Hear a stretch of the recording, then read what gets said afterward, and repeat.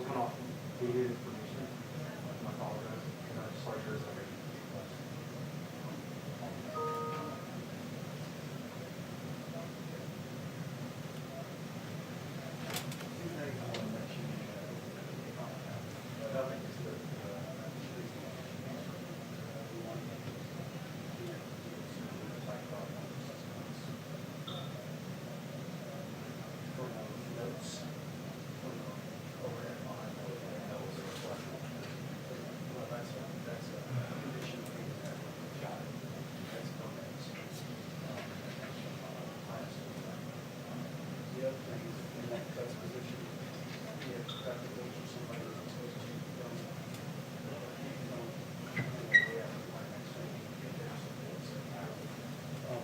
There's an apple box I've been putting back there. The little white AD one here? No, apple box. Oh. There's one at NBC's, there's another one, that one right there if you want. They may actually need that for some What about reason. this one? That's fine. And it can work to help you get some elevation. Right. And what have you, it's very handy. Okay. Cool. Thank you, man. But overall, yeah, I mean, I don't know whose remote that is. Javen. Whose? Javen. You gotta get him to take his pocket wizard off the top of it. I had trouble because I moved over there quickly yesterday, and you know, all he's gotta do is hang the pocket wizard off the What, to side. get him leaving? Yeah. It'd be real good to just take the pocket wizard, set off the side, and we don't have to worry about it.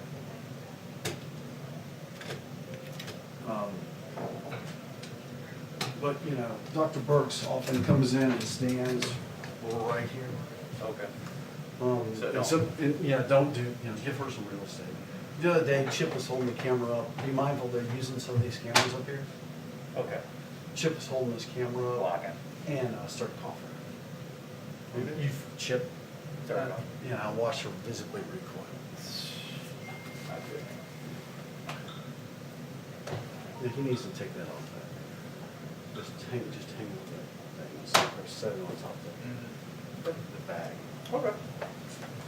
Thanks, man. And just leave that camera and that lens in the locker, and I'll get it tomorrow. Okay. I am gonna leave since. Okay, yeah. We haven't heard anything. Yeah. We haven't heard any more about, you know, never see you guys. Okay. All right, man. Good to see you. Great to see you, brother. Be safe up there. Take care of yourself, all right? Sorry to come in. For this, Glad to take that. only the.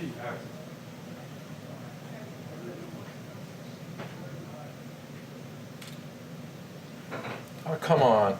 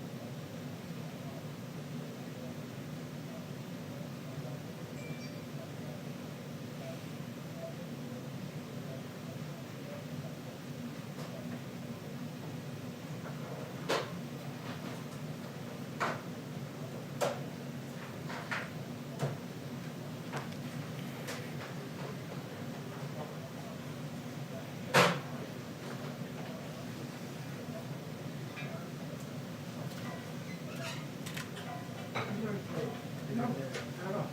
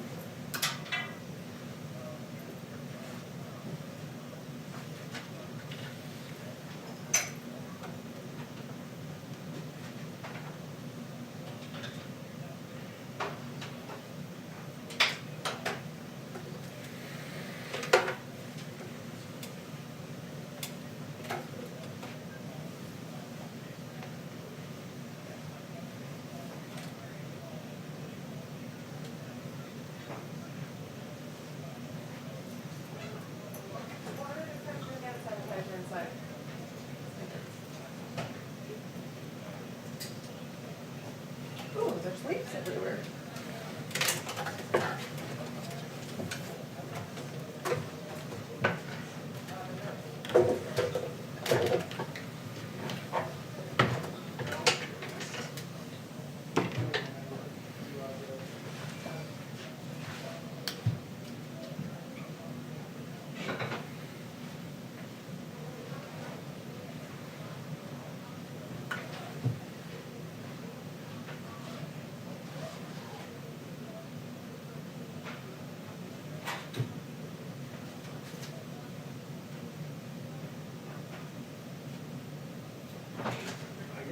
No news is definitely good. Right, oh, well. I might be testing positive for other things. I know. Don't I know it, you know? There's no cure either, that's the problem.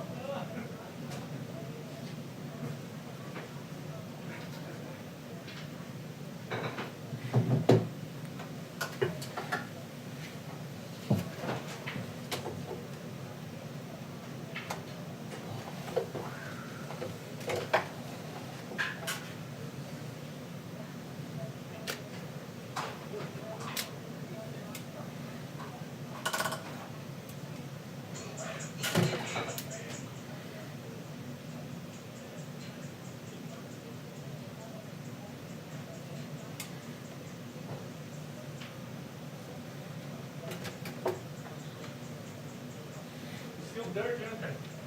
What's that? You still there? I'll be there. Are you okay? Is who where? You still there? I am still here, yes. You okay? Yeah. Do you need a focus or something? If it's not focused now, it's not gonna be.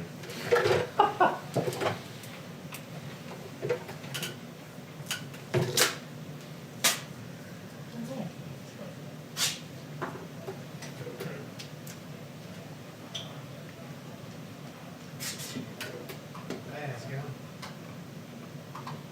What are you up to?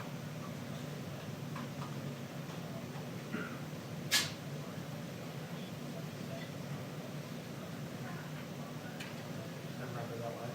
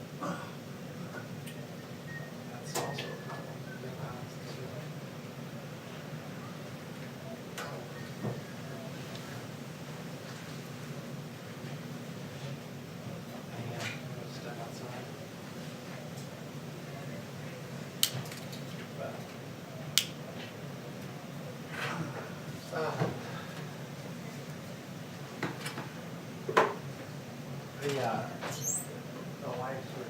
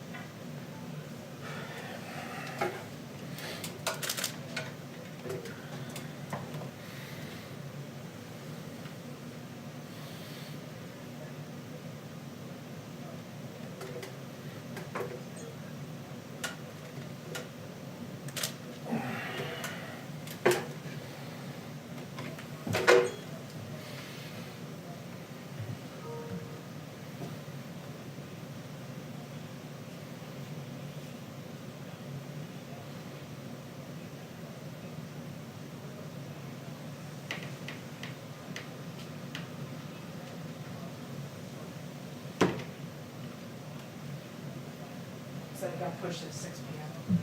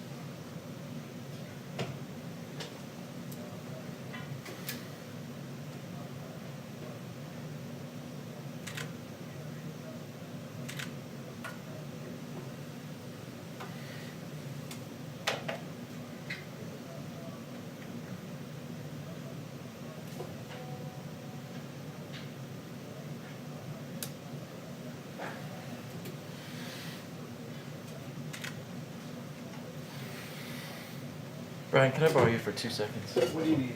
Could I just have you stand trumpily at the podium? Yeah. Just for the briefest of them.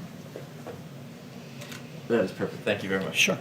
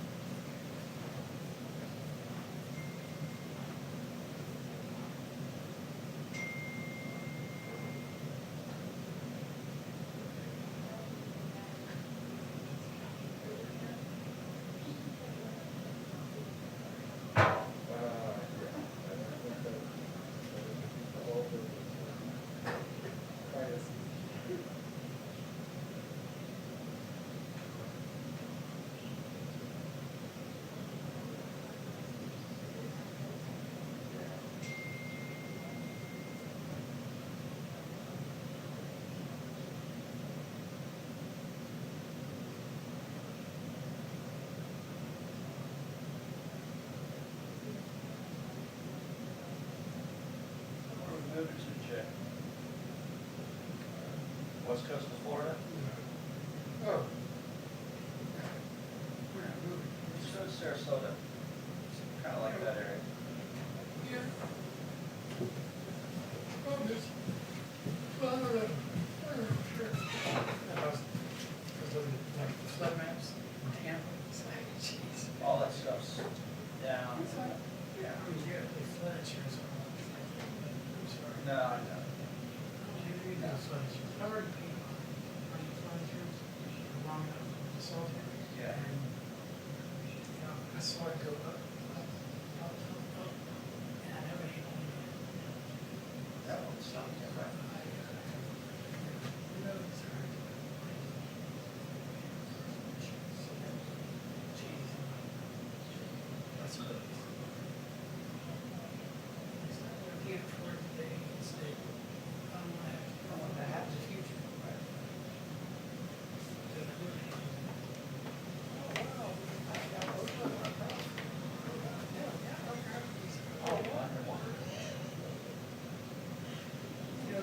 Oh, that's true, yeah.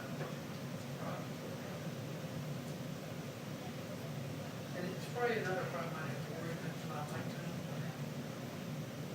I don't want to worry. You don't wanna do it, right. I was Brian. Or, let me worry about it.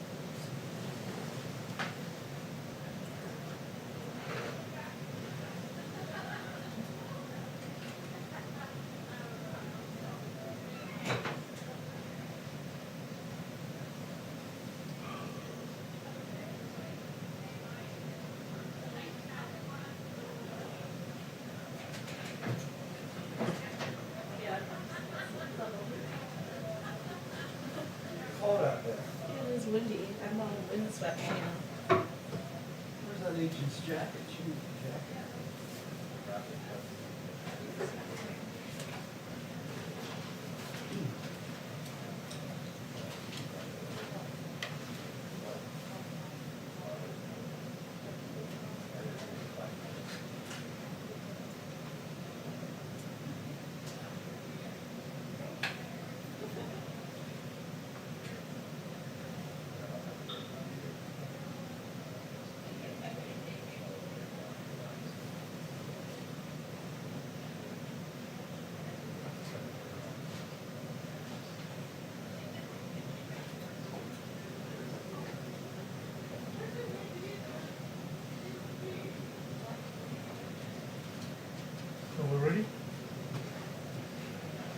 let's do this.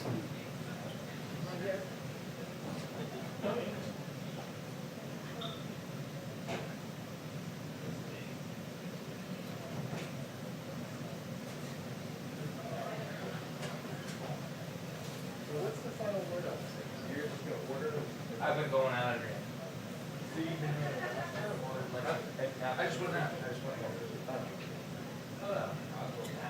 Oh, yeah, yeah. You got it. I actually, what's open? Well, I walked down the whole.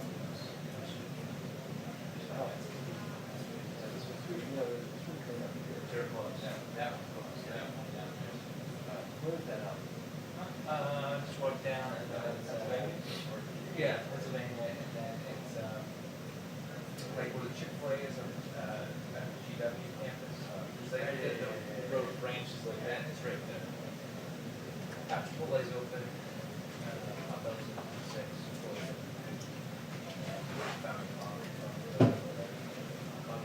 Yeah. I just haven't.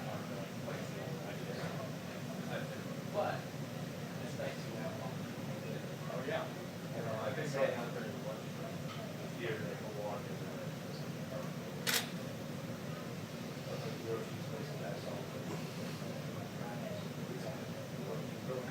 Oh, really? Yeah. So it's nice. Yeah, I said, you know, my heart. Yeah. It's nice. Yeah.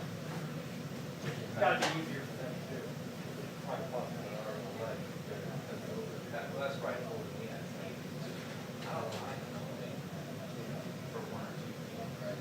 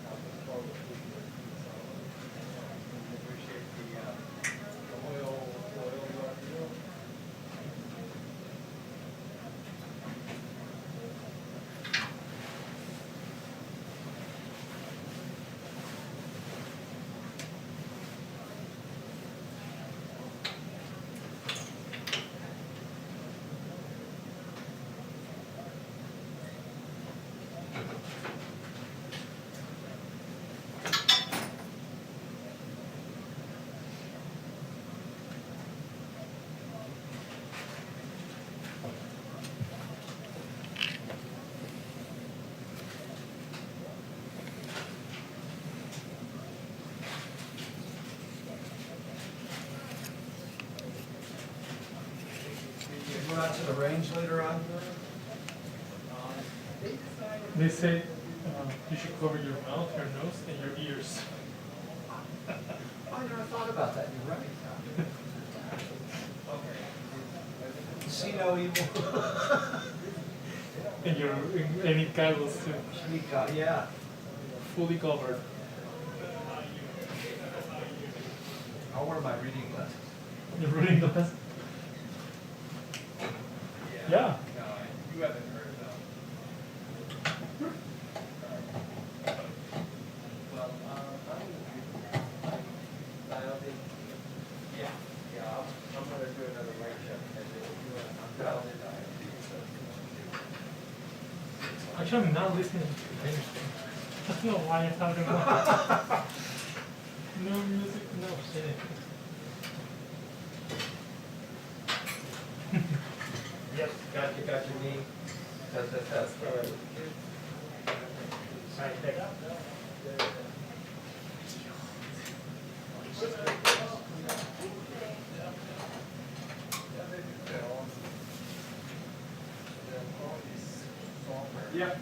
Yep, I'm a fire. All right, so, I mean,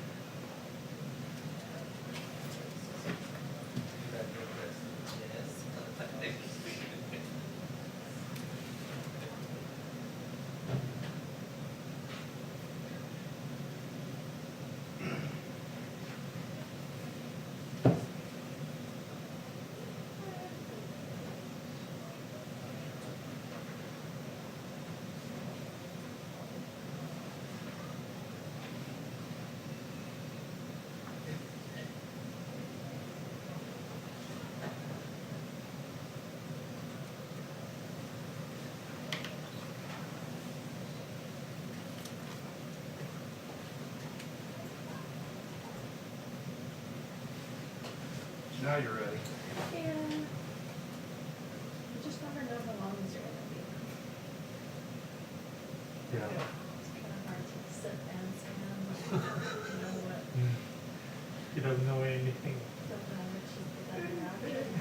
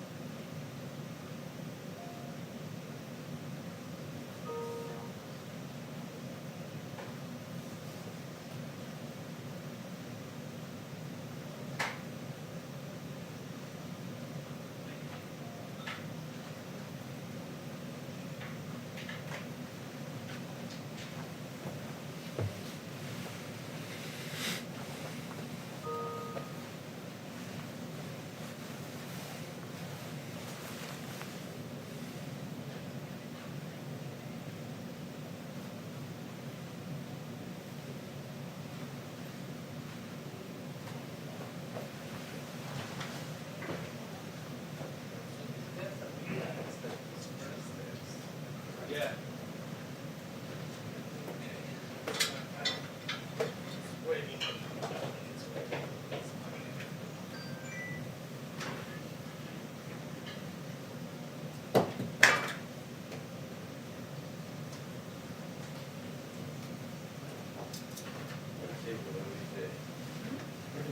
What's up? Good presentation. Give it another 10 It's minutes. gonna be delayed. Aquí te faltan.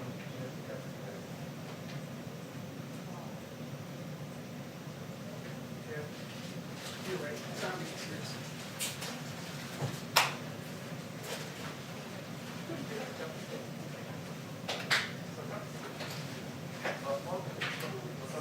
What are you looking for? Yeah, headphones, I got a lot in my pockets, so it's kind of like one of those like games. Then you have too many pockets. When I wear jackets, I have stuff on my I don't know what sides. the reasoning was behind this jacket today. It was the purpose originally.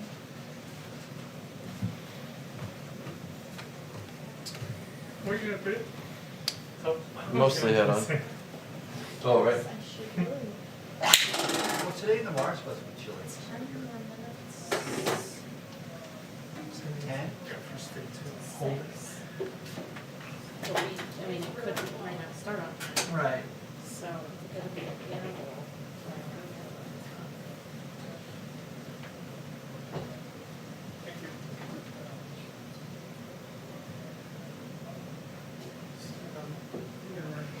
Here.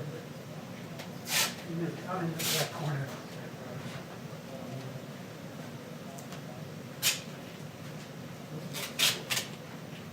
Once you get with this,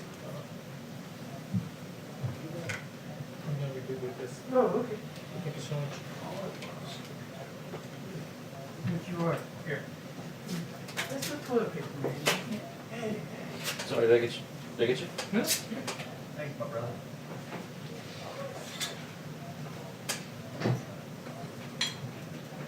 Hey, how's it going?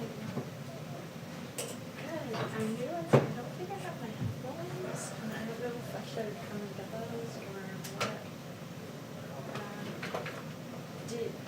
Do you mind? They're in my desk drawer on the left top, and they should be on the little thing. Yo. Close. Oh. Poor Andrew. Uh-huh, yep. We're just Okay, getting started the with question is, There's pushbacks. like no one in here in the big room, so I really don't think anything's happening yet. But, yeah, so no rush. Okay, all right, see you soon, bye. Yeah, sure. Where are we at? Thank you. You're welcome. How are you? Good, how are you? All right.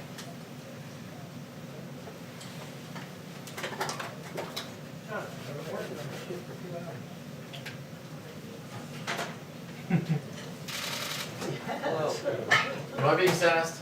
Am I getting size? Yes, you Hey, are. Jamin. I lost my sticker. Jamin, I'll give you that. Jamin, Yeah. can I hang this off of your, Yeah, let me do it. He's a perfectionist. I can do it. I prefer you didn't touch anything. Alright. Okey doke. Okey doke. Thanks, man.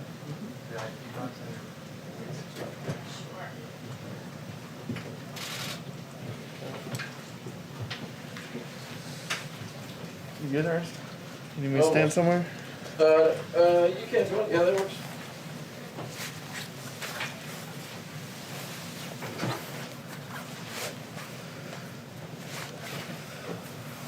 So, how many millions of people are watching us right now? Thanks, sir. Good?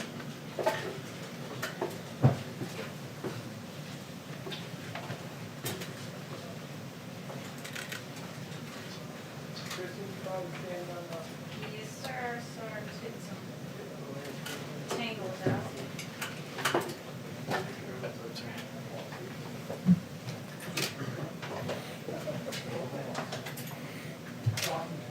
Well, if I got in here, and if she's sitting next to me, and I get sick, she has not been tested. It's not me. Exactly. I want Hey, I'm great, how are document you? proof how close she was to me, so I can see how I am. We'll have it on video, I know. I'll be your witness. Anybody need a ladder out still? Nope, Jamin does. Jamin never needs a ladder out. David is allowed. Albert, did you tape and whatnot? Oh, no, thank you. You done with Hey, these? Doug, what's up? Oh, yes. I'm gonna fold the ladder if I didn't wanna waste it. Hi, I hear ya. Do you- Don't think we're gonna have any. Jim, do you want the ladder over there? This would be the most we've gotten. Oh. Okay. Hello, 1, 2, 3, 4, 5. This is your briefing room, 1, 2, 3, 4, 5. We'll see that.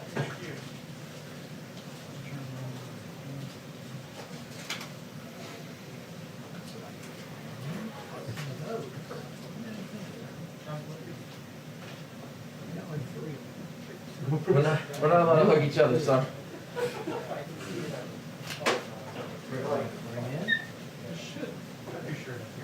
Yeah, I'm gonna go put my tie in. Hey, Jim, because there's not other people here, go that way if you want. Hey, Jay. Hi, Kara. Hey, Kristen, it's fine with me, but if you want your pass changed or just something. It's on now. No, I'm just thinking. What? Jim, keep it more if you want. Just keep like 2 more steps. Good, thanks. Okay.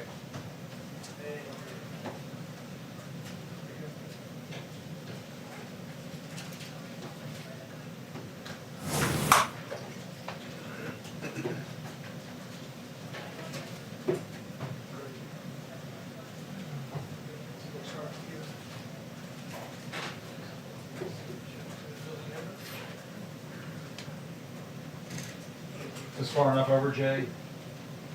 Yeah, you look good. Hey, Okay. Phil, I got you. Oh, it's not gonna be short. Alright. Get out. Thank you. Hey, what is the plan if this starts in the middle of my package? Sit down. Hi, Wolf, yes I can. I am in the briefing room. That you. I guess so. really are, please. They haven't Yeah, given no us problem. I'll any make sure results. I They get- said Yeah, no absolutely. release I just wanted to is say good thank you. news, so.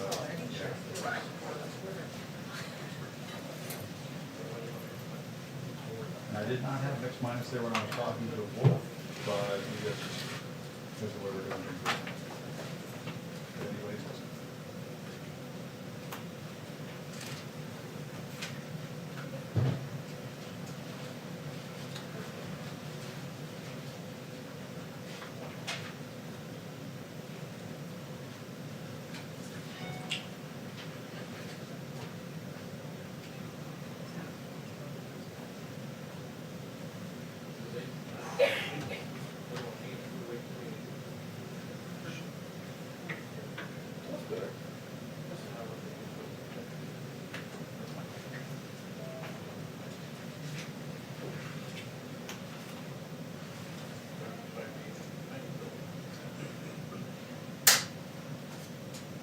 Oh, look at you.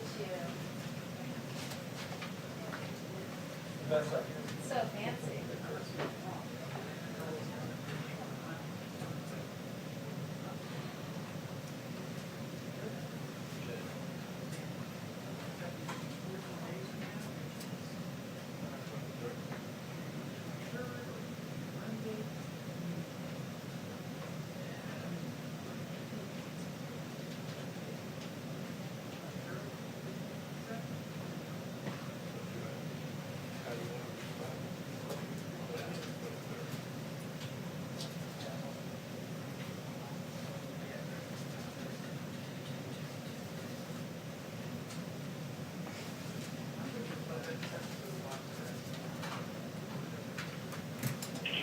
The briefing will begin at 6:30. nope, 6:30 briefing. 6:30 briefing, you guys wanna still do it in here, or you wanna go out to the north lawn? I guess since we're here, we're here. We're used to Thank God. We're here. It's like a fine bell.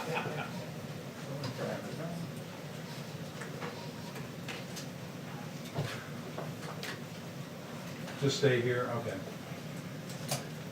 Might as well.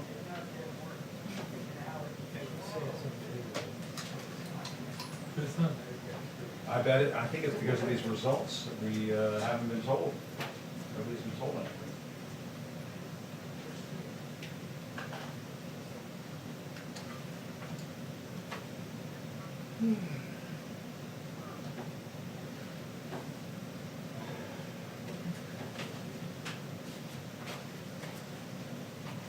Jim, just go to your right, like that. Mhm. Perfect, perfect. That's great. Okay. Thank you.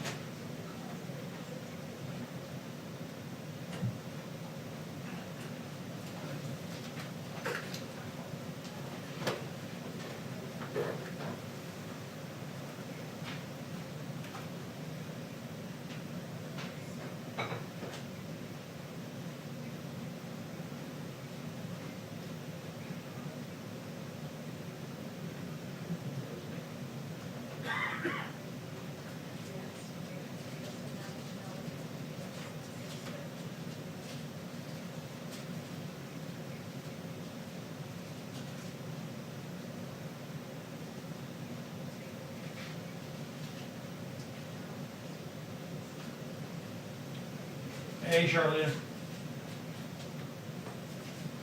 Okay. Yeah. You saw 6:30.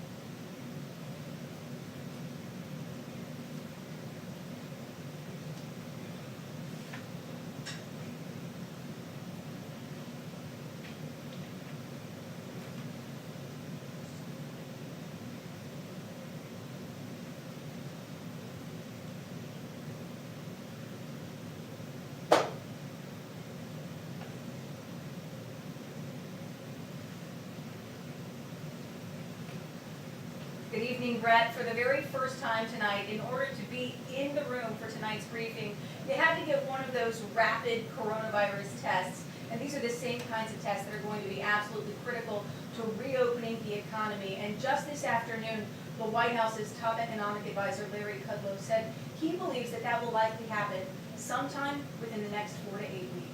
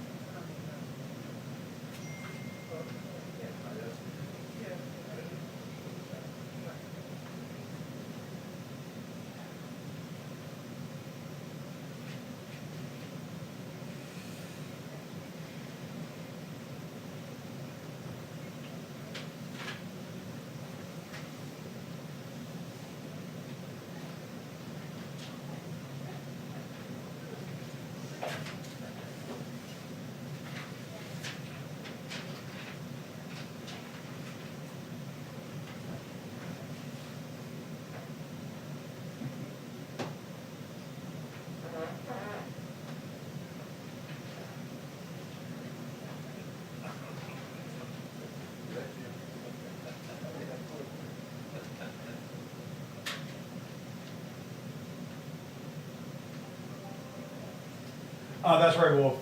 First of all, we should point out that we were just told in the last few minutes that the coronavirus task force briefing has been delayed until 6:30. But in the meantime, you're right, White House officials are telling us that they are working on plans to set up a new task force aimed at reopening the U.S. economy. But the big obstacle that stands in the way is that the administration has yet to put in place a nationwide testing system to make sure Americans are safe to go back to work.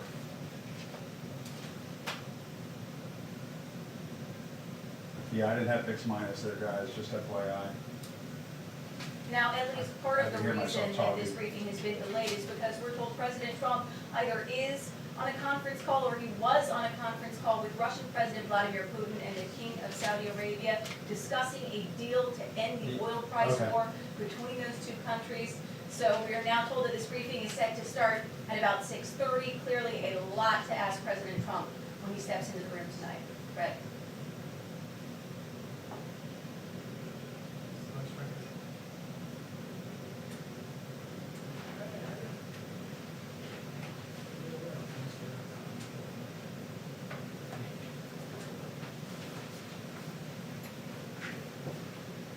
Thanks for getting me that. You're welcome. Not as, The reason why I wanted to check. I will just unplug this. I hope this is gonna. Okay, you can just put this next to you on the other seat. Okay. I'll just stay here on that.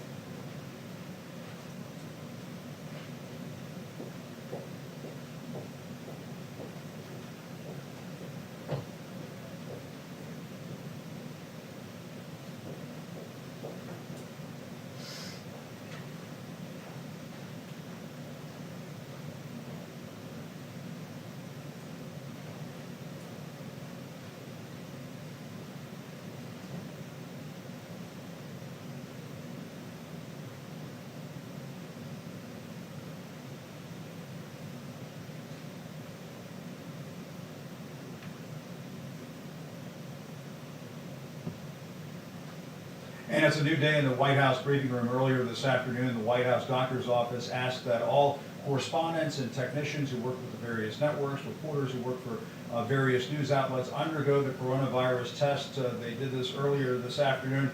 Wolf, we have not gotten the results back yet, but we were told no news is good news, meaning that if we're testing positive for the coronavirus, then we will be notified. And while we're grateful to get this coronavirus test, Wolf, it makes you think about all of those Americans out there who would like to get the coronavirus test but can't get one. Wolf. Essentially, Wolf, it's sort of what we've been hearing about from a lot of other people. They inserted a couple of swabs into both of my nostrils, and it was a little bit uncomfortable. I won't lie to you, but it was over in seconds, and we're told that the results should have come back within 15 minutes to half an hour, and at this point we just haven't heard whether or not they've cycled through all the test results for all the people who are going to be in the briefing room this evening. We assume that's part of the reason why things are being held up. We know the president is also on the phone this afternoon with Russian President Vladimir Putin, King Salman of Saudi Arabia. We're told that's another reason why things have been delayed.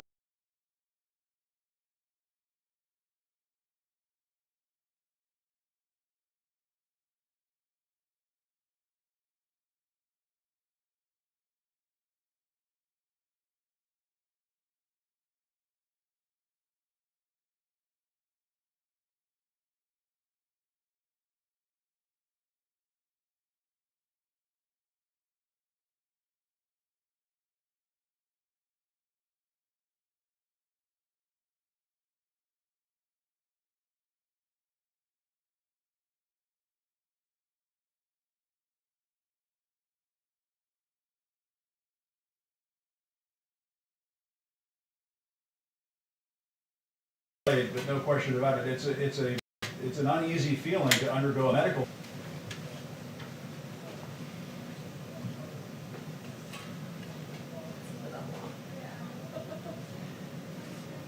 Actually, if I get you to be right about where he would, yeah, he probably is a little closer. There we go.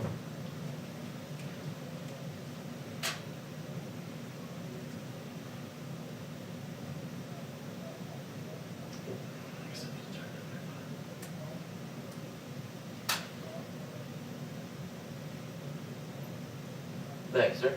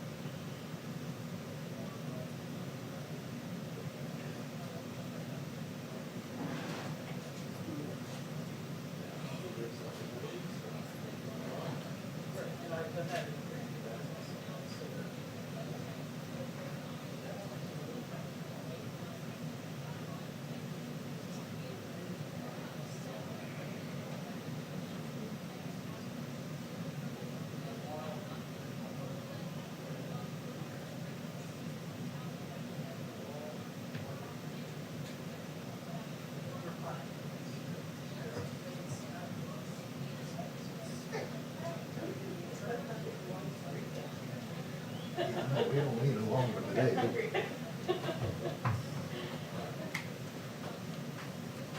it's freezing.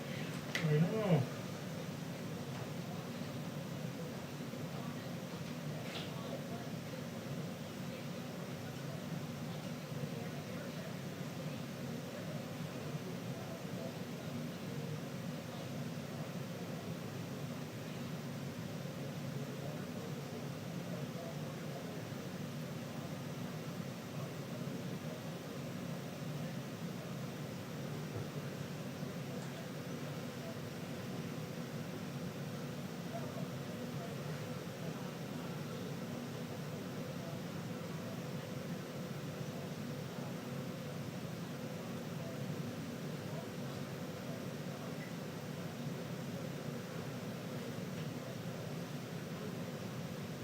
Hey, Richard, it's Daniel with Politico.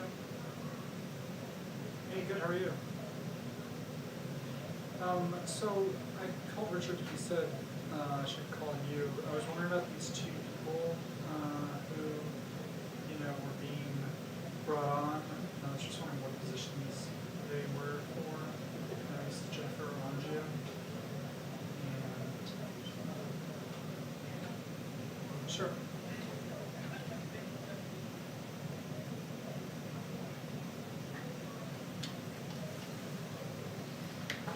It's possible it could go a little earlier.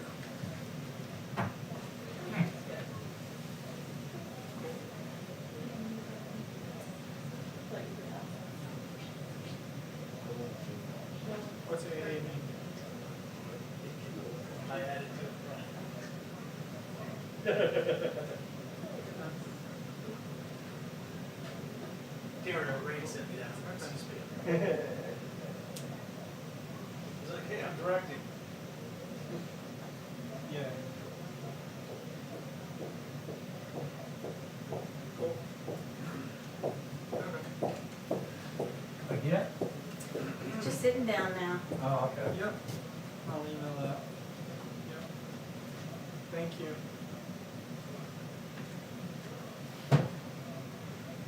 Thank you. Take care. Bye.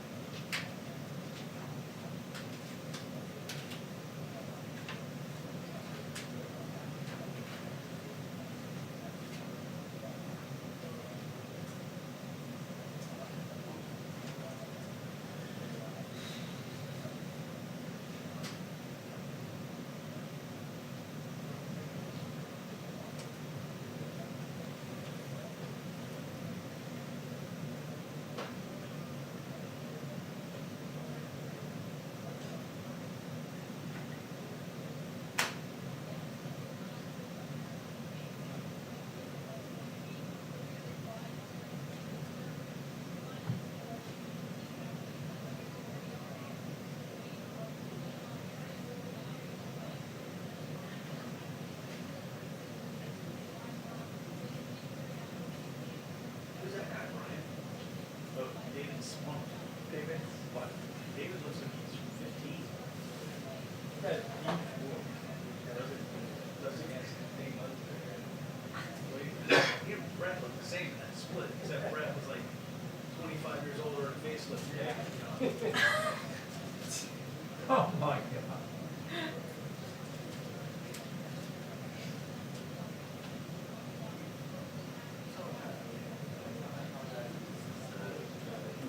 Not what you do, I called the wrong person. My wife found you on the internet. We have family in Augusta, and we are trying to put together a.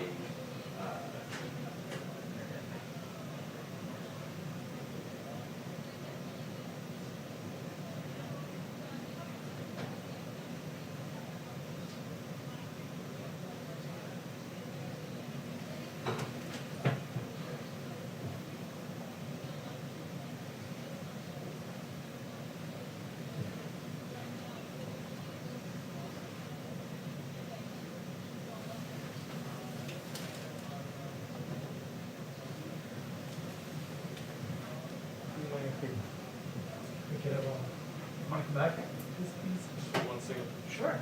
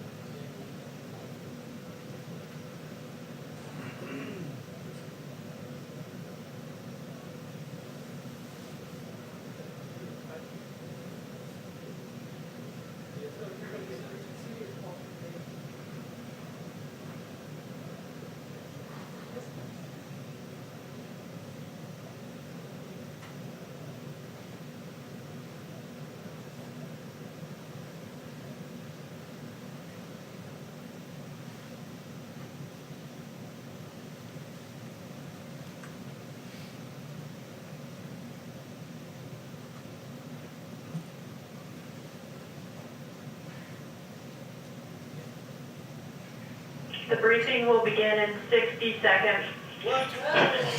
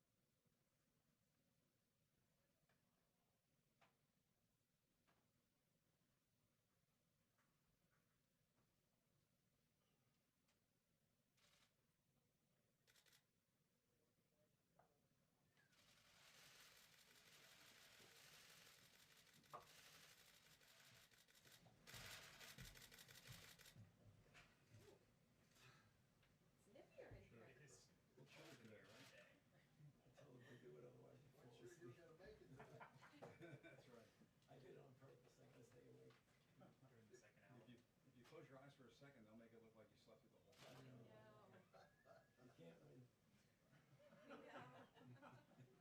They do it to me all the time. Just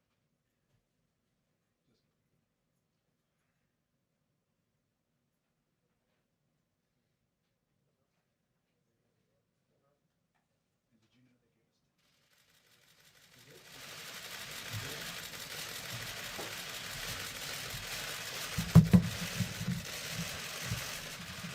Thank you very much, everybody.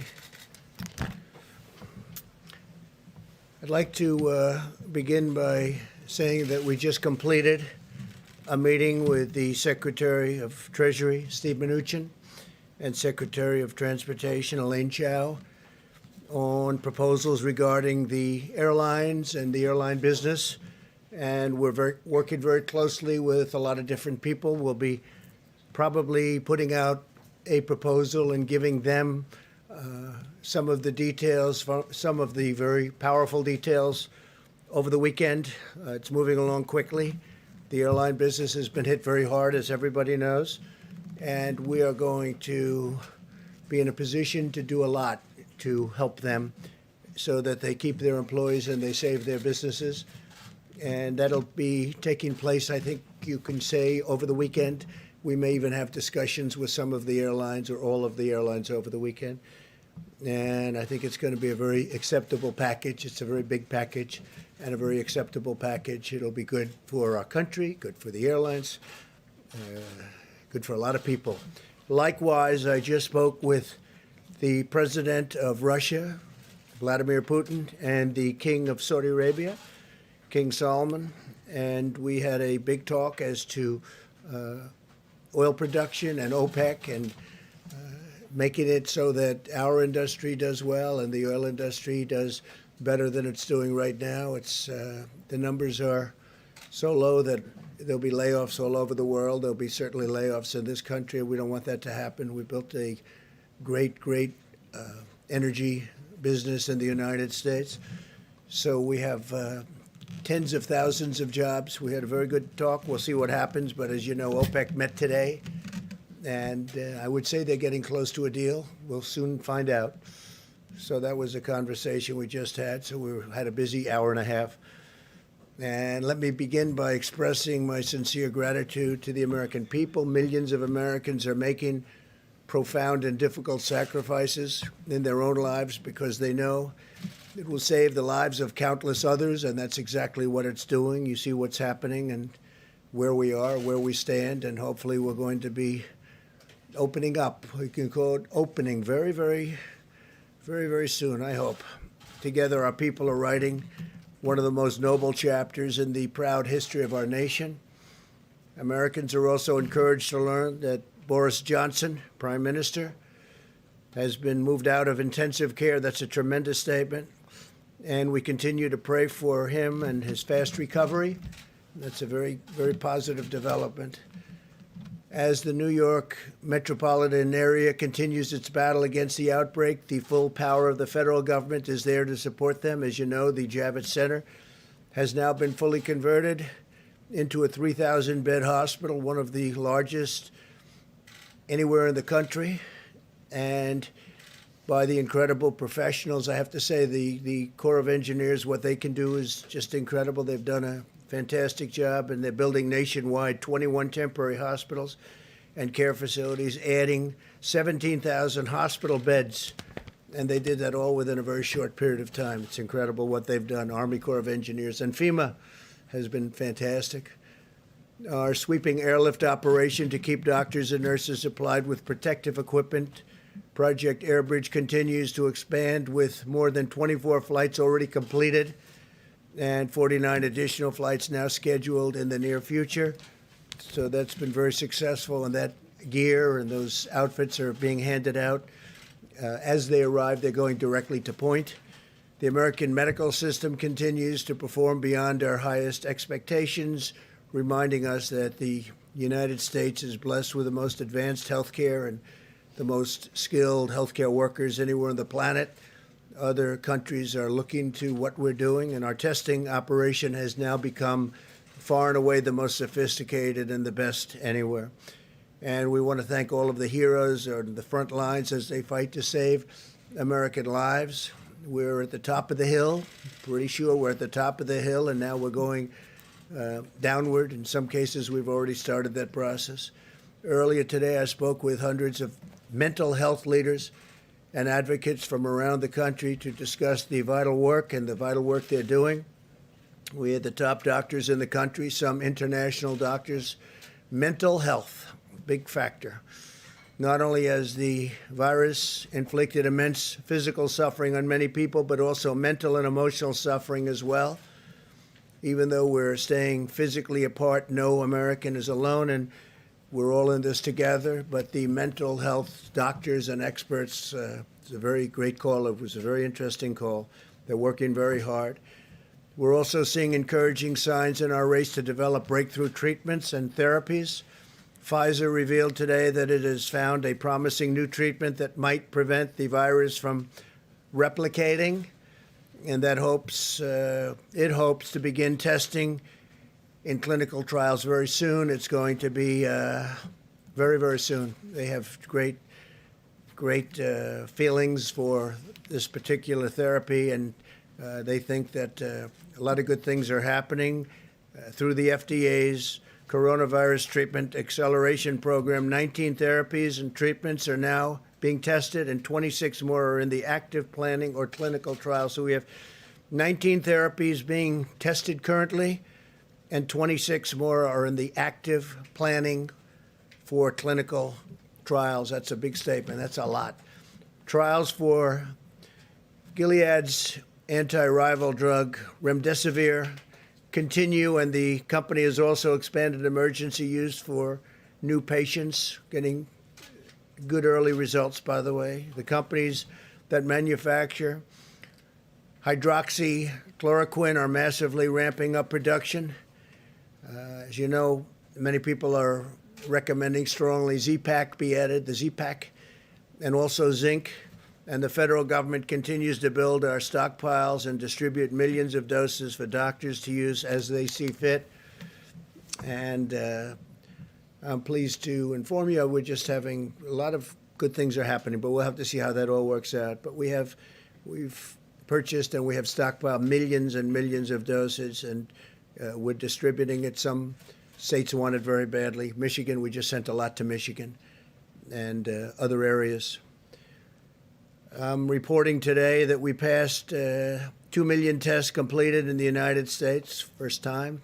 Most anywhere in the country. It's a milestone for our country. It's a milestone anywhere. Nobody's done anywhere close. Our tests are highly sophisticated and highly accurate. At the same time, we're making important progress on the economic front of this war. In a few moments, Secretary of Labor Eugene Scalia will explain new steps that we're taking to ensure American workers swiftly receive unemployment and paid leave benefits, and that employers protect the health and safety of all workers, including essential workers on the job, working very, very closely with workers and with employers.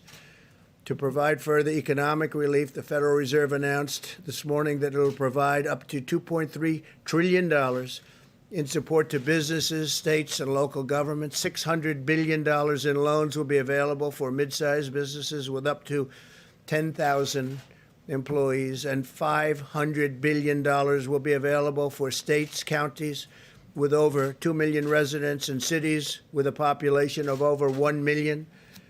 My administration is also working with Congress to replenish the very successful, incredibly successful, the way it's going, Paycheck Protection Program, which is allowing hundreds of thousands of small businesses to keep their workers on the payroll, meaning it'll keep those businesses open.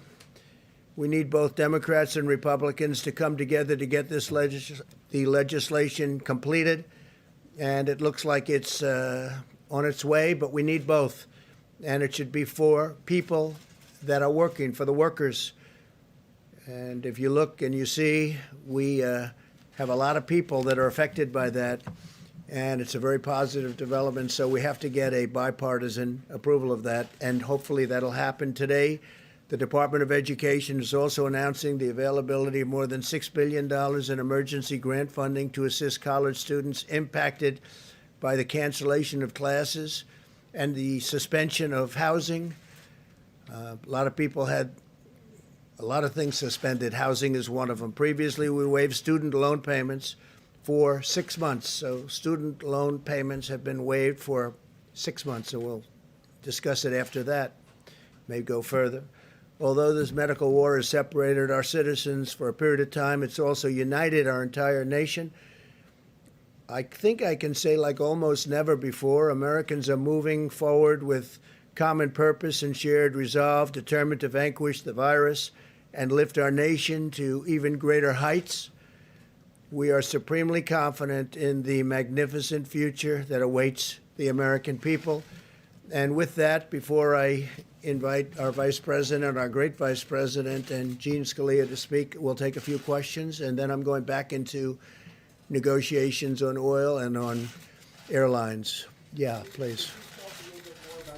Conversation with President Putin and the King. Yeah, I had a very good conversation. Did you organize that call, and do they understand the problems they're causing with Yeah, the oil output? yeah. No, there's there's so much production, nobody even knows what to do with it. That's how it's working. And Saudi Arabia and, as you know, Russia, it's well known that we're producing a lot, and they were perhaps fighting with each other over the production and the amount of oil being produced. And frankly, there's not enough room to even store it. Our storage is now full, going to be very soon. Our strategic national storage is, I said, this is a great time to fill it up, load it up with oil that frankly is at pricing that nobody's ever seen before. I don't think we've seen this probably since the 1950s. That was with big dollars. So we'll see what happens. The conversation was very good. They're getting close to a deal. That's OPEC and many other countries outside of OPEC, and we'll see what happens. Are they still fighting with each No, other? I think they were getting along very well. We had a very good call. I think it was a very good call. We're going to see what happens, but it was a very good call. They'll probably announce something either today or tomorrow, one way or the other. Could be good, could be not so good, but I think one way or the other. Go ahead, Jim. Yeah, Mr. President, how could the administration discuss the possibility of reopening the country when the administration does not have an adequate nationwide testing system for this virus? Don't you need a nationwide testing No. system for the virus before you reopen the We have a country? great testing system. We have the best, right now, the best testing system in the world. But there are certain People can't sections. test right now. There are certain sections in the country that are in phenomenal shape already. Other sections are coming online, other sections are going down. And we, in addition to that, are giving out millions of tests, and every day we're doing it exponentially. We're picking up, and what we'll be doing in the very near future is going to certain areas of our country and do massive testing. It's not necessary, but it would be a good thing to have. Don't you need that, Go though, Mr. ahead. President, to make sure people are safe going back to work? You don't want to send people back to the workplace. We want to have it, and we're going to see if we have it. Do you need it? No. Is it a nice thing to do? Yes. We're talking about 325 million people, and that's not going to happen, as you can imagine. And no, it would never happen with anyone else either.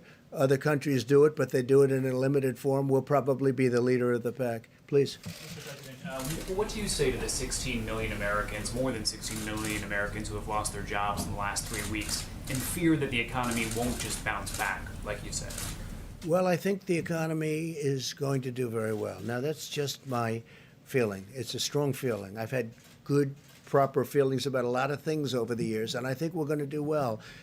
We're doing it looks like we're at the lower end of the curve in terms of death, which is a terrible word, a terrible, dark word that we've experienced like nobody's ever seen before in this country. I mean, we have numbers that are terrible, but when you look at the lower levels of 100, lower prediction levels of 100, 120,000 to 220,000, or if we did nothing, up to 2.2 million people, we're looking at a much lower level than the level of, I hope, than the level of 100,000.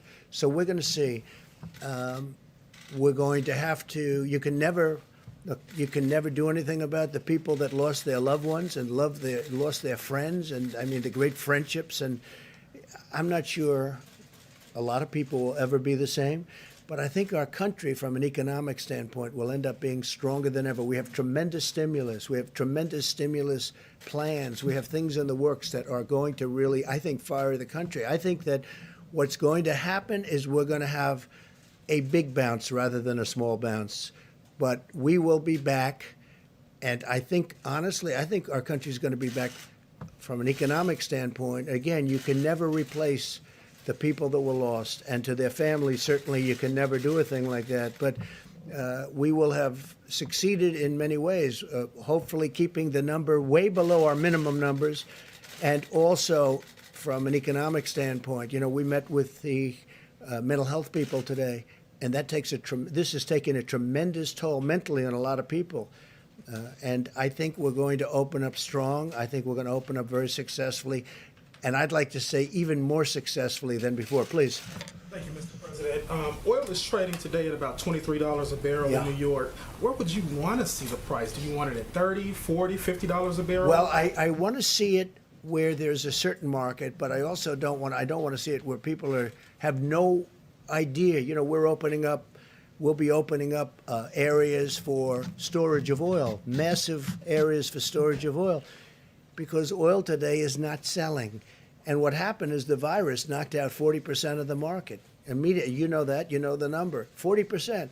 Now, there was a lot of oil, but it was very controllable. All of a sudden, they lost 40%. You look at the roads, you look at the car, you look at what's going on. There's nobody driving. There's no reason for it right now. That'll start coming back.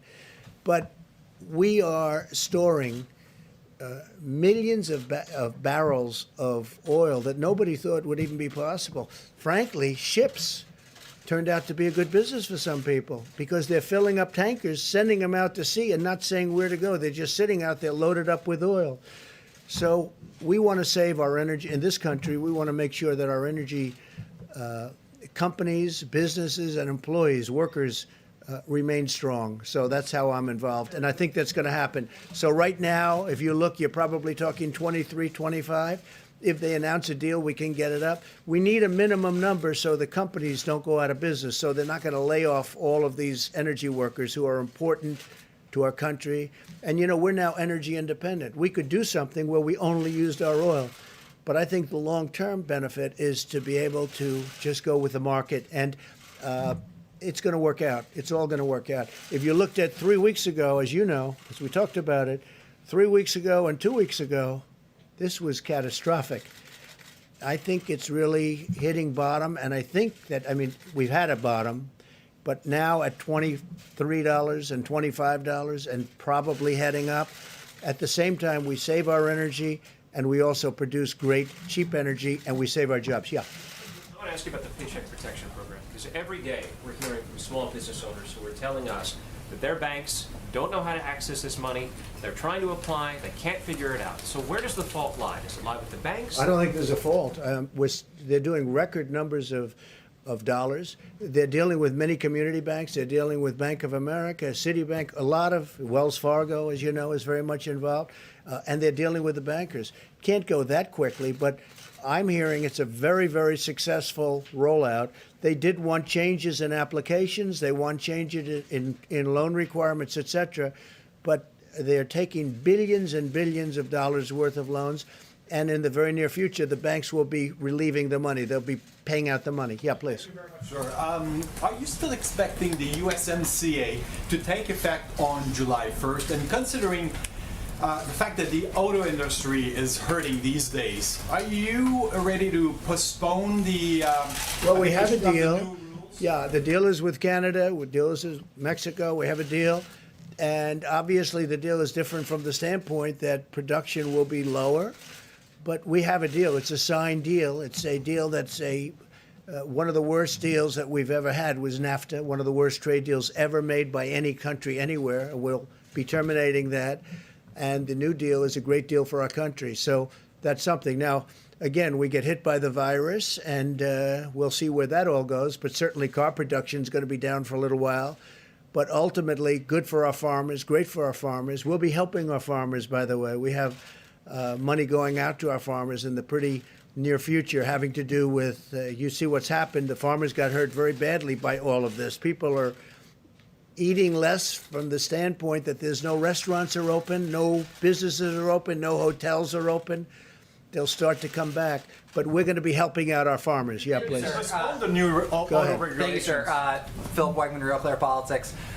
Earlier you mentioned Project Skybridge, and we're hearing that through that project, a lot of the PPE that was sent out to other countries is coming back to this country. Do you know when we will be able to bring a majority of that back? And then are you frustrated that USAID allowed a lot of that aid to go out the door in the first place? Should they have brought it back? I'm not, before? because we're in very good shape. You'll be speaking with Mike Pence about this in a little while.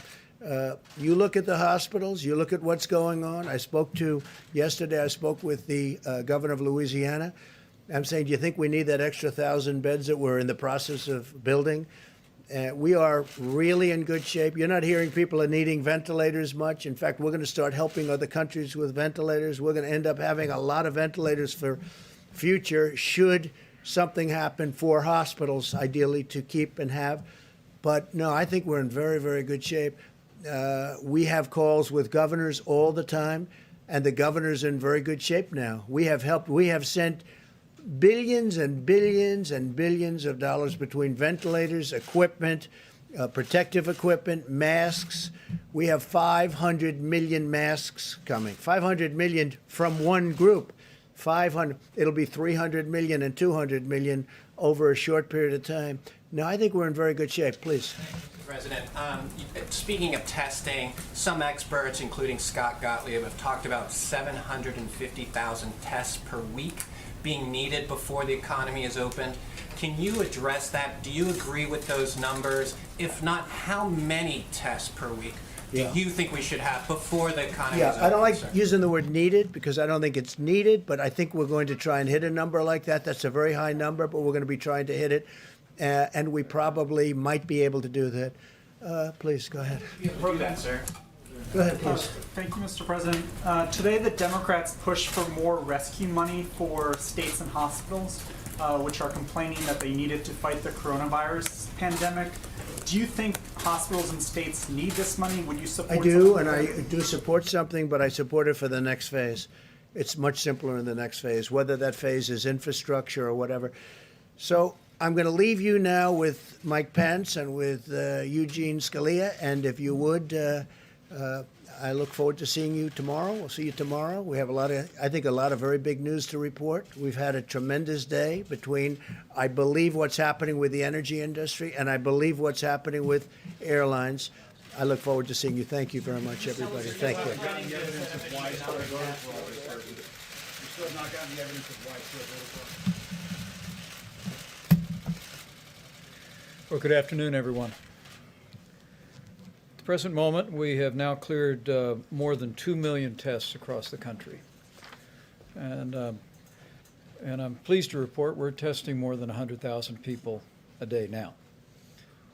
But we're working around the clock to scale up the new types of tests that the FDA has approved in record time. And every American can be confident that we'll continue to build out that structure going forward for the weeks ahead and the months ahead. At the present moment, there's more than 450,000 Americans who have tested positive for the coronavirus, and sadly, more than 16,000 Americans have lost their lives. And as President Trump just said, our hearts go out to the families that have lost loved ones. And I want to assure you that all of us working at every level understand these are not numbers, these are lives. And our heartfelt condolences during this heartbreaking week go out to every American family that's lost a loved one to the coronavirus. It has been a difficult week. But as Dr. Birx will reflect in just a few moments, as we look at the data literally on a county-by-county basis every day, we continue to see evidence that in areas where the epidemic has impacted most, the greater New York City area, Louisiana, the Detroit metro, the Denver metro, we continue to see evidence of stabilization. And it appears, as Dr. Birx suggests, that we are close to the peak in each of those areas so impacted. We also express gratitude and appreciation for the people of California and Washington State, who continue to be low and steady in the number of cases that are emerging there. We're watching the Chicago metro area, we're watching the Boston metro area, and as Dr. Birx will discuss, we just continue to urge every American to put into practice the President's coronavirus guidelines, because all evidence indicates from the West Coast to what we're beginning to see in major outbreak areas on the East Coast. It's working, America, and it's working because you're doing it, and we encourage you onward in that. Today, the White House Coronavirus Task Force met, but most of the team also met with Republicans and Democrats in two separate conference calls of the United States Senate. Secretary Mnuchin, our health experts, Admiral Polovchek, Dr. Hahn joined us as we discussed a broad range of issues. The Treasury Secretary touched on the Paycheck Protection Program, now in day 5, reporting $125 billion has been approved so far. 30,000 new individual users and 3,900 lenders are participating. We also discussed that the Treasury Department will issue a new frequently asked question document tonight, an FAQ as they're known, to clarify how seasonal businesses can participate in the Paycheck Protection Program as well. With regard to direct payments to Americans, the Treasury Secretary assured senators, and we assure every American, that we remain on the timetable where the first payments in direct deposits will go out by the end of next week. For the average family of 4, that'll be $3,400 in direct financial support, and will no doubt be welcome news. Anyone who is interested in additional information on any of these programs can go to treasury.gov or sba.gov. Since we last spoke, I spoke with Governor Laura Kelly of Kansas, Governor Andy Beshear of Kentucky, also spoke to governors of Texas and Rhode Island. I assured each one of them, as we continue to work through the process of making sure that we distribute the resources at the point of the need, is that at President Trump's direction, our objective working through FEMA is to make sure that states have what they need when they need it. and to see the progress that we've made. The President just reflected on in New York and New Jersey, Louisiana, and the partnership we forged with governors in those states, California and Washington State before. We trust gives confidence to governors and leaders of states across the country, most importantly our dedicated healthcare workers, that we will be there to meet that need should that need arise. At the present moment, FEMA reports the President has approved 54 major disaster declarations, and states around the country have stood up 29,000 National Guard, 11,000 of which are fully funded by the federal government under Title 32. Also, speaking of our military, at the present moment, we received a report today from the Department of Defense that 4,100 active duty military medical personnel have been deployed in New York, New Jersey, and Connecticut. And they are personnel that are working on the ground at the Javits Center, working, of course, at the USNS Comfort ship. But because at the present moment, the utilization of both of those temporary facilities has been fairly modest. The DOD actually worked with the city of New York to establish what amounts to a uniform temp service. They call it the bullpen. And today they literally deployed from the ship and from the Javits Center 75 medical personnel to relieve dedicated healthcare workers within the hospital system in the city of New York, and we'll continue to do that. We're going to make sure those federal temporary hospital and Javits Center is fully staffed. We'll make sure the USNS Comfort is staffed, but the physicians, those military personnel, are going to also be deployed across the city to bring much needed relief to our healthcare workers in our system. From the VA standpoint, we've opened up VA facilities in New York City, East Orange, New Jersey, Detroit, Michigan, and we are opening up the VA facility to coronavirus patients in Shreveport, Louisiana. Finally, I mentioned that today we exceeded more than 2 million tests that have been performed across the country. And also, literally, working with the U.S. Public Health Service, states around the country have stood up hundreds of drive-through testing sites. And just this week, FEMA and the U.S. Public Health Service announced that we will give an option to states to transition from a federal testing site, dozens of which have been assembled around the country, to a state-managed site. I want to emphasize that this is an option. We believe it gives states greater flexibility to style sites or manage sites in areas that they think are most important. But we're also processing requests for continued federal participation in states from New Jersey to Louisiana to Illinois, Colorado, and Texas. And we want to assure people in communities all across the country that we'll continue to partner with states to the extent that they prefer us to be a part of it. With regard to the air bridge, 3 flights were scheduled to arrive today in Chicago, New York, and Dallas-Fort Worth. 49 flights are scheduled over the next 3 days. And we continue to work supplies. We continue to literally leave no stone unturned around America and around the world.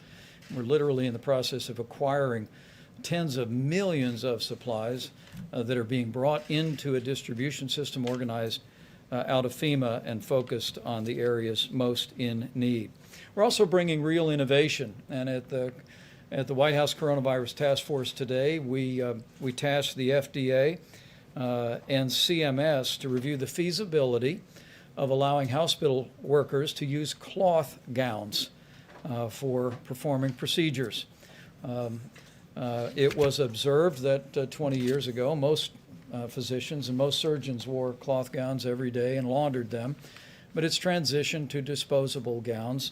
And we're working very rapidly in the next 24 hours, and we'll have guidance for hospitals and healthcare workers about the ability to in effect, recycle gowns and make sure that we have the supplies that we need. As the President mentioned today, the President and the First Lady and I and my wife Karen were honored to be a part of a conference call with mental health professionals from all around the country. And we know while there are families that are struggling with the coronavirus and struggling with heartbreaking loss to the coronavirus, we understand this is a very challenging time for every American, but most especially Americans who struggle with mental disorders or struggle with addiction.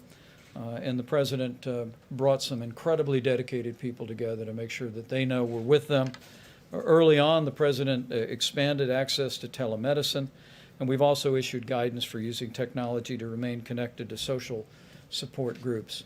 And we just urge everyone who may be feeling an emotional burden or a vulnerability during this time to reach out to the many resources that are there and to know that you're not alone, that we're with you, and we'll get through this, and we'll get through this together.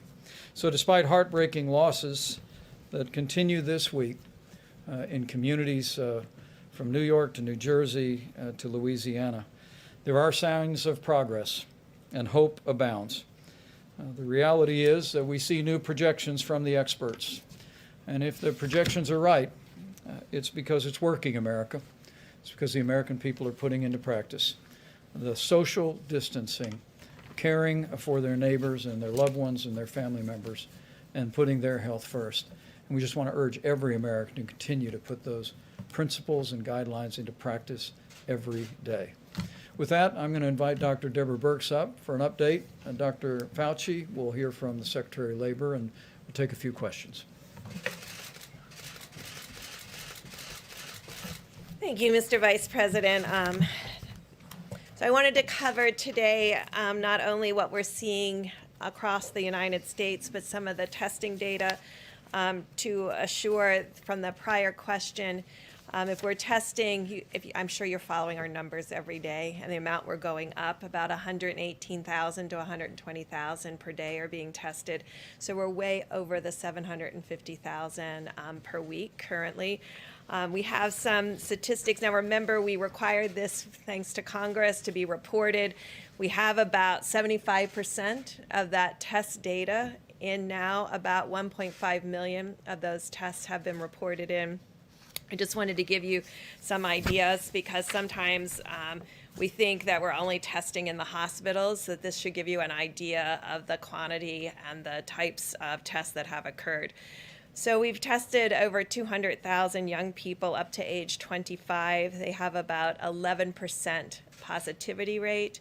Over 500,000 people between 25 and 45. They have a 17% positive rate. Now remember, in order to get tested, you have to have symptoms. So this gives you an idea of the number of people who have symptoms that are not infected with coronavirus. Another nearly 500,000 people between 45 and 65, their positivity rate is 21%. Another nearly 200,000 between 65 and 85, 22% positive, and a small group of about 30,000+ individuals over 85, and they have a 24% positivity rate. And so this gives you an idea of we're testing throughout all age categories. I see a lot of men in the audience today. I just want to remind them about the importance of health care. Of the male-female ratio, 56% of the people who are tested are female, 16% positive, 44% male, 23% positive. So again, it gives you an idea about how men often don't present in the healthcare delivery system until they have greater symptomatology. This is to all of our men out there, no matter what age group. If you have symptoms, you should be tested and make sure that you are tested. We appreciate you engaging in that, and also really recognizing the issues about comorbidities and making sure that we're addressing those. I had a series of great calls with about 17 states that are in our more rural areas, specifically around our indigenous people and tribal nations. It was a very reassuring call, and we are testing across the country. We do have about 63% of states that have less than 10% positive despite significant testing. And within the indigenous peoples and tribal nations, they're seeing the same thing that we're seeing across the nation. Increased issues among those with comorbidities and those of elderly, but also issues in nursing homes. And so they are testing, many of these states are still capable of doing full contact tracing. And so they've been doing contact tracing from nursing home outbreaks and other outbreaks. It really gives us a clear impression of no matter what we do in the future, we need to really ensure that nursing homes have sentinel surveillance. And what do I mean by that? That we're actively testing in nursing homes, both the residents and the workers at all times. That is where, and that's how we saw this at the beginning. That's what we saw in Washington State. And that's what we're seeing in many of the states that have very low case attack rates. The other thing that I want to leave you with, I mean, we certainly know how desperate and difficult the situation has been in New York over the last few weeks. And we've been telling and talking about how this would be the week that would be most difficult because of the large proportion of cases that are coming from the New York metro area. What's been encouraging to us, those early states outside of Washington and California, which still have extraordinarily low attack rates because of their level of mitigation, all of the new areas that are having new increasing cases, we talked about them yesterday, Washington and Baltimore and the Philadelphia metro area, that includes Camden, Wilmington, and the counties around Philadelphia. We're seeing that the case numbers, what we'll get to as far as attack rates, we talked about 1 in 7 in 1,000 in New York that are being measured. These are coming in even with their progress up their curve in the 1 to 2 per 1,000 range, showing that when you start mitigation early, it has a very different impact. All of this data is coming together, the testing rates, the seropositivity, the age groups, who really needs hospitalization, ICU, the innovative pieces coming from, we heard a great report from Louisiana this morning on the phone call where they talked about a minimum now of 40% of people coming off of ventilators alive and leaving the hospital. This is very encouraging to us. Really shows amazing progress clinically at each of these hospitals and the real lessons what we're learning and sharing across hospitals.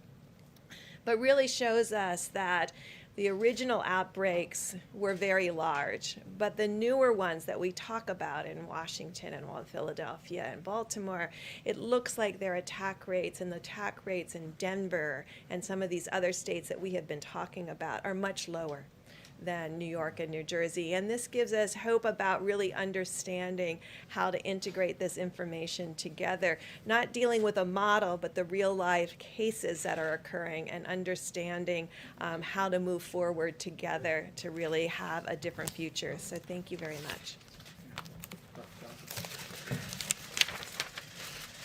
Thank you very much, Mr. Vice President. So just reflecting about what we've been doing over the last few days, remember last weekend when we made the forecast that this would really be a bad week? As I mentioned yesterday and the day before, it is, in the sense of deaths, a bad week. In fact, every day there seems to be a record of number of deaths compared to the day before. In fact, New York today had, again, another record of, I think the city itself was about 820 plus deaths. But what we were predicting with the increase and the real adherence to the physical separation, the guidelines that the Vice President talks about, the physical separation, at the same time as we're seeing the increase in deaths, we're seeing rather dramatic decrease in the need for hospitalizations. Like I think yesterday was something like 200 new hospitalizations, and it's been as high as 1,400 at any given time. So that is going in the right direction. I say that, and I always remind myself when I say that, that means that what we are doing is working, and therefore we need to continue to do it. I know I sound like a broken record. That's good. I want to sound like a broken record. Let's just keep doing it. I get questions a lot, Dr. Birx and I, about these numbers, the projections that you went with from 100,000, 200,000, now down to 60,000. That's a sign that when, as I keep saying, when you take the data you have and you reinsert it into the model modifies. Data is real, model is hypothesis, okay? So that's what you have to do, and that's what I think we're seeing. The other thing that's some just broad general good news from the standpoint of a scientific standpoint, that there are a lot of candidate potential therapeutics that are going into clinical trials now that we're sponsoring at the NIH, the kinds of clinical trials that will give us the answer. Are they safe? Are they effective? And just what is the capability of using them under what circumstances, as prophylaxis, as treatment in early disease, in late disease. So as the time goes by and we have the public health measures to try and contain this, we're doing an awful lot from a scientific standpoint so that when we do get to next year, next fall, next winter, hopefully we'll have something that we can offer in addition to the very important public health measures. So I'll be happy to answer questions later. Mr. Secretary.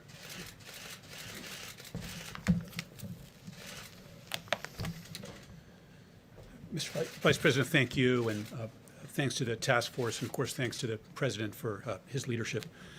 The important public health measures that have been discussed so much in these briefings in this room have had a large impact in American workplaces. We saw that again today as the Labor Department released figures showing that 6.6 million new unemployment claims were filed last week. We're all mindful, the President mentioned this, that the American people are making difficult sacrifices.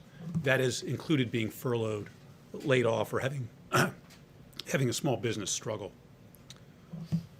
That said, American workers can be encouraged by how swiftly and comprehensively the President and Congress have responded. 3 weeks ago, the U.S. had never had a law requiring paid sick leave at U.S. companies.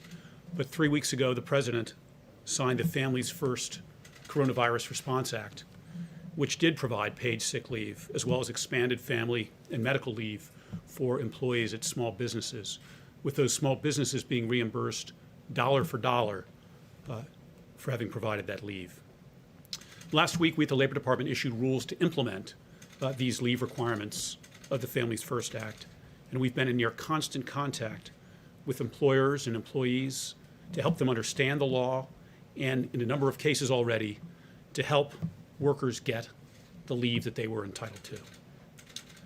Another unprecedented benefit for workers was provided in the CARES Act less than 2 weeks ago. That law, as you know, includes a $600 a week plus-up to unemployment benefits that are provided by the states. We have millions of unemployed Americans who are making a sacrifice for our national well-being. These bonus payments, and they're unprecedented, the government has never provided a plus-up unemployment payment like this. These payments are intended to make those workers whole as near we can.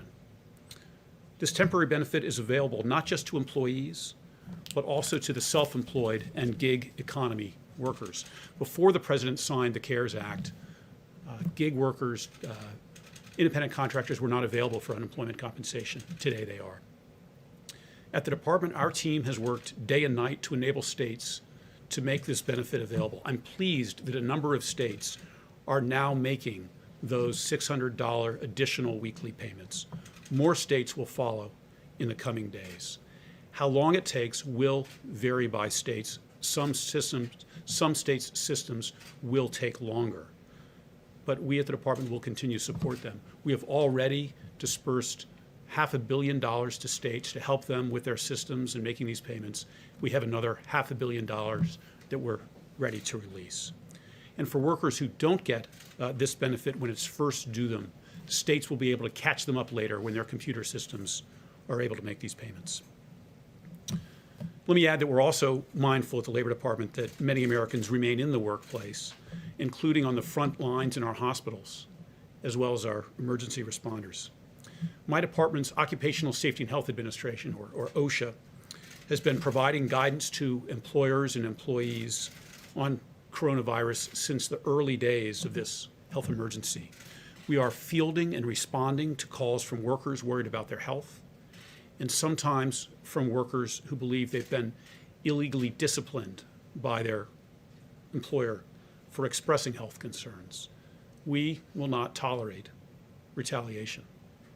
OSHA will continue to work with workers and employers to keep workplaces safe, using all the tools available to us, including enforcement if needed. I wanted to finish by commenting on the Paycheck Protection Program, which we heard about earlier, run by the Small Business Administration. This, of course, is loans to small businesses to enable them to meet certain costs, including utilities, rent, and, most important from my perspective, payroll. As you know, if these companies receiving the loans keep their workers on payroll, these loans are largely forgivable. Here's why that program is so important from my perspective. We're seeing unemployment filings right now of the like that we've never seen before. But these numbers aren't the result of an underlying weakness to our economy. Our economy has been vibrant, incredibly strong just weeks ago. If, as we've heard again today, if we are disciplined now and adhere carefully to the guidance being provided by health authorities, we'll get that economy back. The President spoke at the State of the Union of the blue-collar boom we are experiencing. We want to lay the groundwork now for a blue-collar bounce back. We'll get there in part by helping companies hold on to their workers, which is what the Paycheck Protection Program does. Keep them on payroll so that when businesses are ready to reopen, they have the workers they need and Americans have jobs. We will continue at the department, and I know here at the White House, to be laser focused on American workers and jobs until this is done. So thank you very much. Very well done. Thank you. Great job. Great. We'll take a few questions. Yes, please. Mr. Vice President, a question for you and then a question for Dr. Birx or Dr. Fauci. Just to clarify, on the federal funding for testing sites in the states, are you saying that federal funding will remain for those sites and will it remain at its current levels? It's not merely federal funding, but in many cases we provided personnel from the U.S. Public Health Service and also flowed supplies, personal protective equipment that was required for some of the early forms of testing, but it's less required today with new formats for testing. But it is an option, and as I've made clear to several governors, we'll continue to partner with our states. But I have to tell you that the way states step forward with the concept of drive-through and community-based testing is really inspiring. For our part, working with FEMA and our great team at the U.S. Public Health Service, we've stood up some nearly 50 different drive-through test sites around the country, but literally there are hundreds that have been deployed by states and by hospitals and local healthcare providers. But in this instance, we wanted to at least give them the option to take control of that, but we'll continue to resource them with personnel, supplies, and any other support that they need going forward. And then just a question for the doctors. I'm curious, did you see this information out of the CDC in South Korea today that shows that they're seeing evidence of reinfection in some people who had been cured of coronavirus? And what does that mean for our understanding of this? yeah, have you seen that? I'm not aware of what you're speaking about now, but clearly there have been anecdotal mentioning of what appeared to be reinfection. You have to really be very careful when you say reinfection, because and we were dealing with this with even Ebola back during the Ebola time, that someone might still, when someone does a test on them, do a PCR on a body fluid of some sort and be able to detect what are likely nucleotides that are not replication competent. So if you're telling me, which I don't think they're saying, that someone has coronavirus disease, they get sick, it's documented, they get better, and then a month or so later, they get sick with documented coronavirus disease. I don't think that's what they're saying, but I don't want to jump the gun on it until I see the data. They use the word reactivate. Is that different? Yeah. Well, yeah, what reactivating what means is that it depends what you mean by reactivating. If someone clearly is ill and they have virus isolated from them, that you may have a prolonged course. I'd like to see how long they reactivate. I mean, if they were sick and had documented virus, and then 3 months later they had documented virus, is that reactivation or is that infection with another virus? I'd like to see the data before I really comment on that. Yeah. Dr. Fauci, I wanted to ask about medical criteria. You had a discussion with Dr. Birx and the other public health experts on Tuesday, I understand. Can you discuss what is the medical criteria that you guys are discussing in order to reopen the government? What is the medical criteria? Well, it's less medical criteria than it is public health criteria. And that is, and I think it's really important because often people say reopen the government like it's a light switch that goes on and off for the entire country.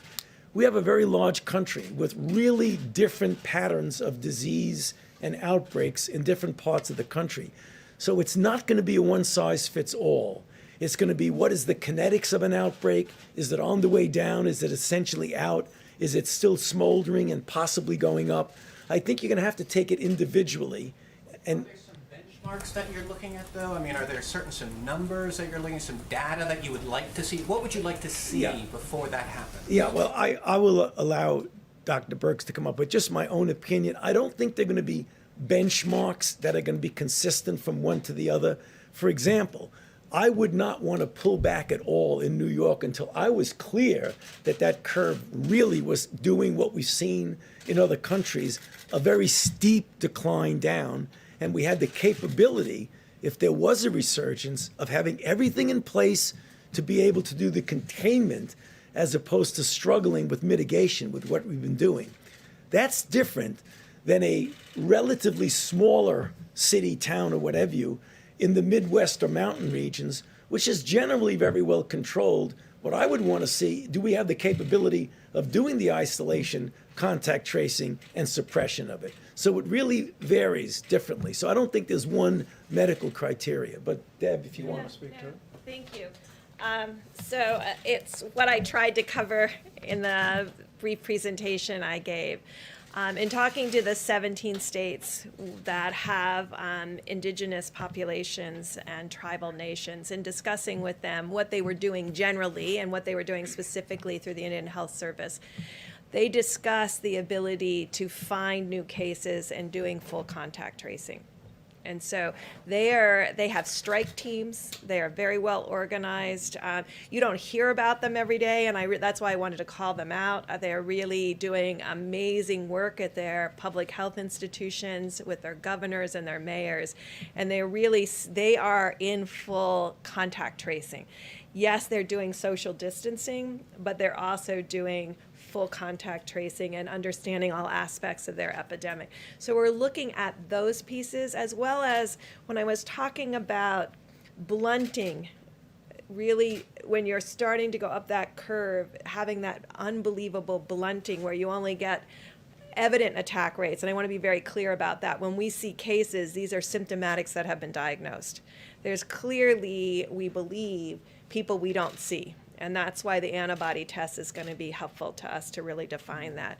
So those are the pieces that we're bringing together to really analyze that. I did want to say the president talks about the 150 plus countries that are experience what we're experiencing. I just wanted to do a call out. We have Americans around the world in every embassy that are working with those countries now. This scarf came from Africa. It's one of my public health colleagues there. I just want to recognize the public health colleagues around the world who are doing all of this work together to change the course in their epidemics in every single country around the globe. Let me go to another question if I can, but in response to that, just so you know, what the president's tasked us to do is there's a number of working groups and that are looking at not only how do we reopen the country, but how do we stay open, and and I think most of America knows that no one wants to reopen America more than President Donald Trump, but the president's told us we need to do it responsibly, and we're going to follow the data. We're literally following the data on a county-by-county basis. This morning, we were literally presented with information of each county that had more than 100 new cases and had, went in the other direction, had, less than 100 than the day before. It's really remarkable. And so I think what you hear the health experts saying will inform the president's decision and timing. But make no mistake about it, that the best thing we can do to reopen America is put the coronavirus behind us, to reach the end of that curve with as little loss of life or hardship as possible, to have in place that we soon believe we will, the kind of therapeutics, I call them medicines that make you feel better, by this summer, and to have more widespread testing that we're scaling up each and every day, and also to have the kind of guidance that the CDC is even now developing for businesses large and small, for families and for schools, for that day that we do reopen America. Question? Go I'm ahead. going to ask one more follow-up to the doctors. It touches on this question of when to lean back on mitigation.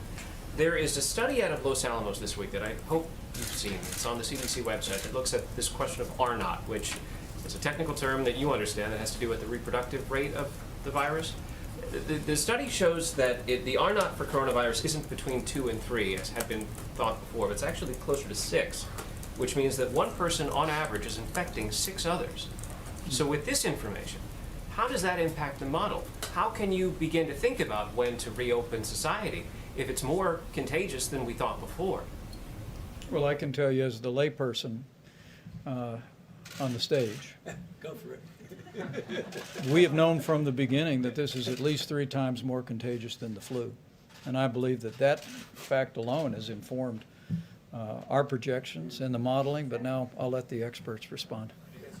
I'll go quickly and then we'll tag team together. So when we've been talking about the asymptomatic group, and that's why I gave you that testing data where 11% of young people under 25 were positive, many of them very low-grade symptoms.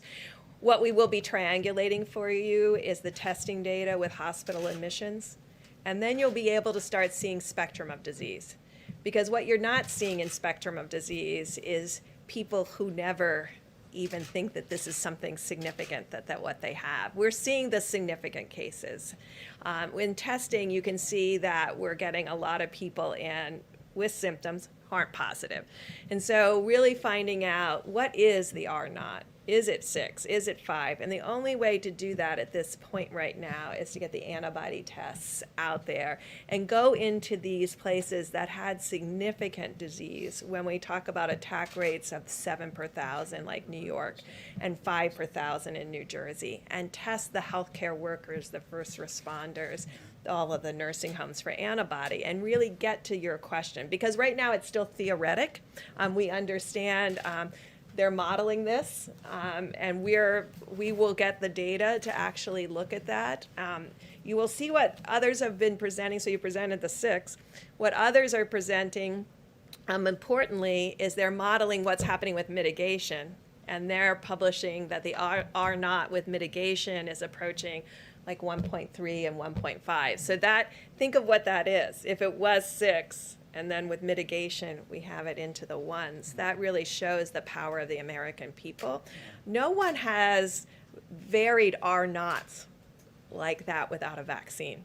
But this is what's happening with really the power of the American people. Tony? Yeah.